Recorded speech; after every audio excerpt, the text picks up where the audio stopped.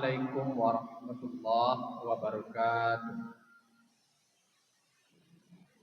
Alhamdulillahilladzi asra bi'abdihi lailam minal masjidil haram ilal masjidil aqsal ladzi barakna haulahu linuriyahu min ayatina innahu huwas samiul basir. Asyhadu an la ilaha illallah wa asyhadu anna Muhammadar Rasulullah. Allahumma salli ala Muhammad wa ala ali Muhammad. Qala Allah Ta'ala fi Qur'anil Azim. Na'udzu billahi minasyaitonir rajim. Bismillahirrahmanirrahim. Ya ayyuhalladzina amanu kutiba alaikumus shiyam kama kutiba alal ladzina min qablikum la'allakum tattaqun. Wa qala ta'ala fi suratul Ukhra wala taqulanna li syai'in inni fa'ilun dzalika ghadan illa ay yasha Allah wa dzkur rabbaka idza nasita wa qul asa ay yahdiyani rabbi li aqraba min hadza rasyada.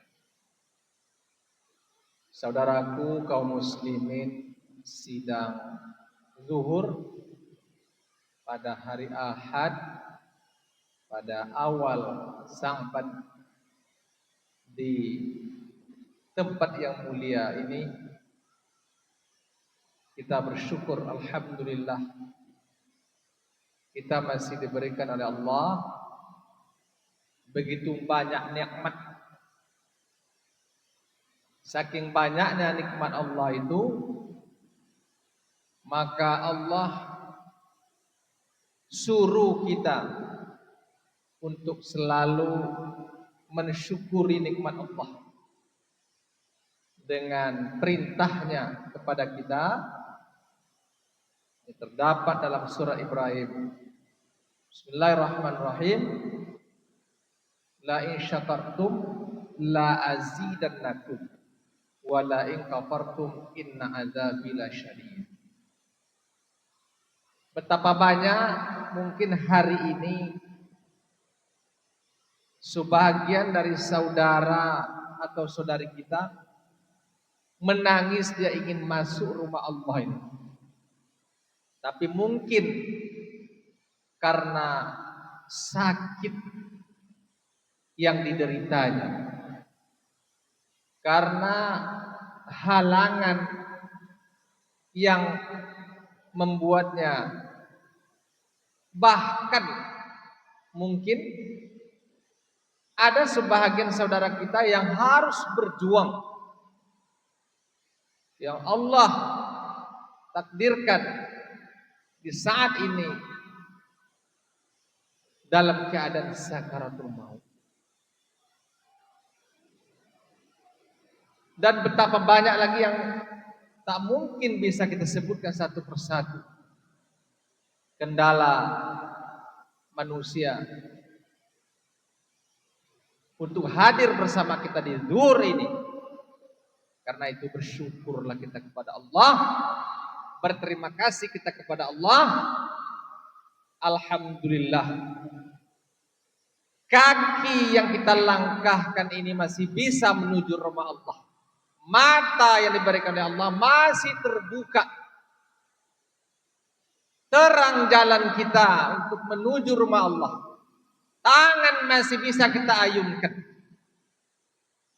Begitu juga betapa mahalnya harga hati, harga empedu, harga jantung kita, harga ginjal kita, yang tak bisa kita sebutkan betapa banyaknya organ-organ tubuh yang diberikan oleh Allah. Tiada yang lebih indah selain syukur kepada Allah. Wa in ta'uddu ni'matallahi la tuhsuha. Kata Allah, kamu nanti hitung, tak sanggup kamu menghitung nikmat Allah. Karena itu Allah tak suruh kita menghitung. Apalagi kalau kita hitung dengan tujuan sia-sia. Kata Allah dalam Al-Quran, wailul likulli humazatil lumazah alladzi jama'a alladzi jama'a walau addada yahsabu anna ma lahu akhlada. Kata Allah, sebahagian kita hanya menghitung, mengumpul, menghitung. Nah, ini lebih bahaya lagi. Saudara yang berbahagia, ayat yang kami bacakan pada awal tadi ada 3 ayat. Yang pertama adalah hati dan iman kita sudah meyakini bahwa Rasulullah itu diperjalankan oleh Allah dalam waktu yang sangat singkat. Ayat ini insya Allah sudah hafal semua kita.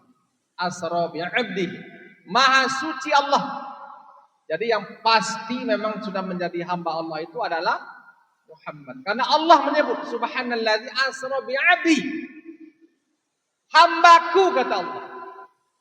Muhammad Rasul kita itu sudah pasti hamba Allah. Untuk apa Allah perjalankan? Sebenarnya antara lain terdapat di ujung ayat. Linuriyahu min ayatina. Jadi Allah perjalankan setelah Rasul kita diterpah berbagai ujian.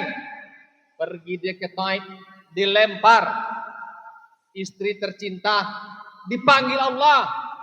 Paman tercinta dipanggil Allah yang selalu membela. Maka sebahagian riwayat menyebut tahun kesedihan. Maka Rasul diperjalankan, dihibur. Linuriyahu min ayatina. Jadi memperjalankan dari Masjidil Haram ke Aqsa dan Aqsa ke Sidratil Muntaha. Tujuan besarnya adalah linuriyahu min ayatina, untuk melihatkan tanda-tanda kebesaranku, kata Allah. Tanda kebesaran Allah itu adalah bagaimana kita menjadi orang yang ati Allah wa ati Rasul, yaitu menjadi orang yang bertakwa. Sudah berbahagia. Kemudian dari Rajab bulan ke-7 ini adalah bulan Sa'ban masuk Sa'ban bulan ke-9, bulan ke-8. Dan insya Allah berdoa kita kepada Allah agar kita masuk ke bulan yang ditunggu-tunggu, yaitu bulan ke-9.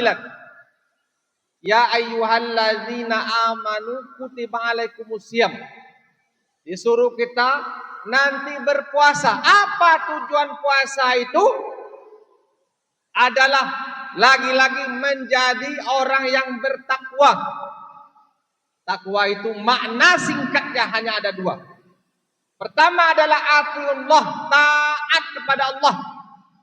Yang kedua adalah takut kepada Allah. Takut apa yang kita takutkan? Allah punya 2 ayat. Yang pertama adalah Al-Quran. Yang kedua adalah yang disebut dengan ayat-ayat kauniyah, yaitu Allah punya gunung, Allah punya air, Allah punya angin. Jadi kalau air, angin itu sudah marah kepada kita, maka dia tidak lagi berada di dalam koridornya. Tetapi semua itu penuh ujian. Yang terakhir, kalau manusia itu sudah bertakwa, maka satu hal yang paling penting diingat oleh Allah dalam surat Al-Kahfi, ayat yang ketiga yang kami bacakan tadi, wala taqulanna li syai'in inni fa'ilun dzalika ghadan. Janganlah, kata Allah, kamu mengatakan sesuatu. Janganlah kamu berniat apalagi mengerjakan apa yang dikerjakan, yaitu apa yang kita mau.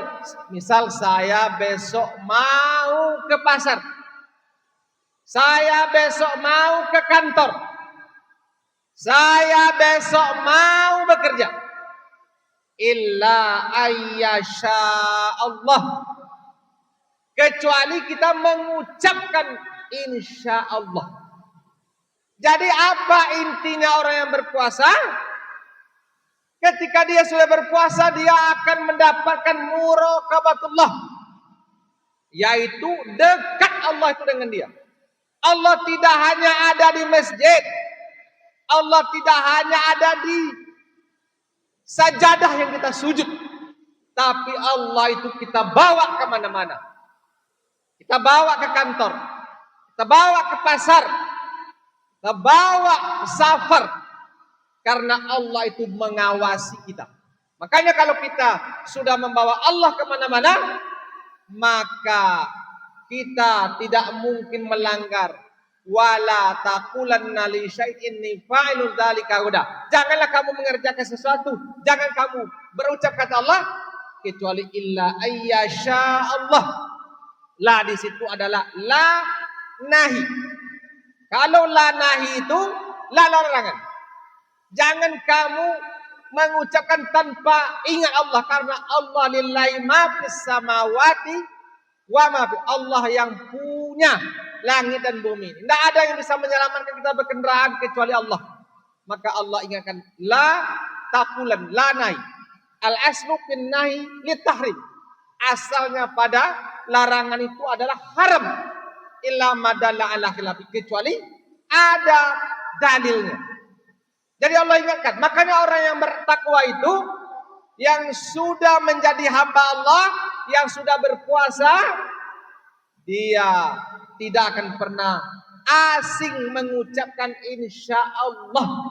Sedikit saja bicara di insya Allah, karena tidak ada kuasa kita. Kalau kita punya kuasa, tidak mau kita sakit, tidak mau jenggot kita beruban, tidak mau rambut kita putih, maunya gagah terus, maunya sehat terus, maunya kaya terus, maunya dihormati orang terus. Dan kalau kita punya kuasa, ujungnya tidak mau kita mati, maunya hidup terus. Tapi kita tak punya kuasa. Lillahi ma fis samawati wa ma, hanya Allah yang punya kuasa. Tidak ada sedikit pun kekuasaan kita. Allah yuhyi wa yumit. Allah yang menghidupkan dan mematikan. Nah karena itu orang yang dekat dengan Allah itu selalu dia menghadirkan Allah di dalam ucapan, dalam pekerjaan. Kemudian illa ayyasha Allah wadhkur rabbaka idza nasita. Ujung ayat, hendaklah kamu mengingat Allah di saat engkau lupa. Wadhkur, fi'il amr, perintah. Yang pertama tadi adalah kaidahnya la nahi, la larangan. Ayat berikutnya wadhkur rabbaka idza nasita, dan hendaklah engkau mengingat Allah di saat engkau lupa. Apa maksudnya? Mungkin tadi kita mau ke pasar, saya besok ke pasar. Cukup kalimat itu saja. 1 jam, 2 jam, ingat kita, oh ya insya Allah saya besok ke pasar. Mungkin saat itulah kita ingat Allah. Kata Allah, ucapkan insya Allah.